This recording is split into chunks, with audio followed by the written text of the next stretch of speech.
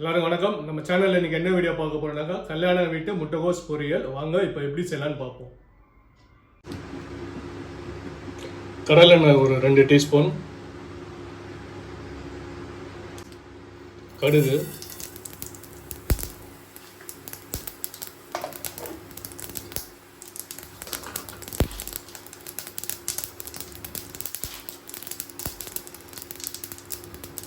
கடலைப்பருப்பு ஒரு ஸ்பூன்,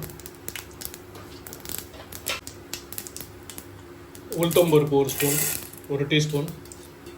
உளுத்தம்பருப்பு கொஞ்சம் ஜாஸ்தியாக போட்டுக்கணும், கடலைப்பருப்பு கொஞ்சம் கம்மியாக தான் போட்டுக்கணும், அப்போ தான் நல்லாயிருக்கும்.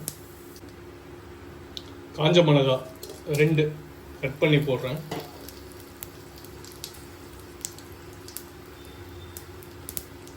கருவேப்பிலை கொஞ்சம்,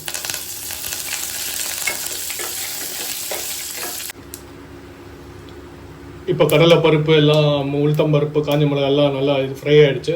இப்போ வந்து 2 டீஸ்பூன் பாசி பருப்பு ஊற வச்சேன், அதை போட்டுருவோம். ஊற வச்சு வேக வச்சுருக்கேன்.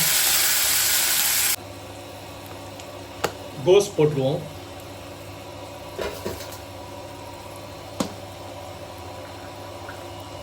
ஒரு 300 கிராம் இருக்கும். அது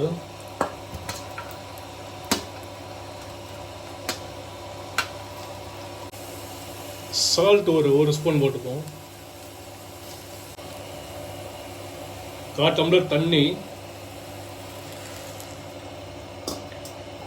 தட்டு போட்டு மூடி வச்சுக்குவோம்.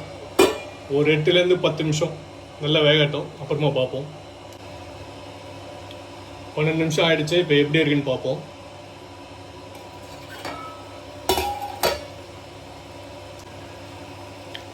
நம்ம கோஸ் பொரியல் நல்லா வெந்துடுச்சு. இப்போ ஒரு 2 ஸ்பூன்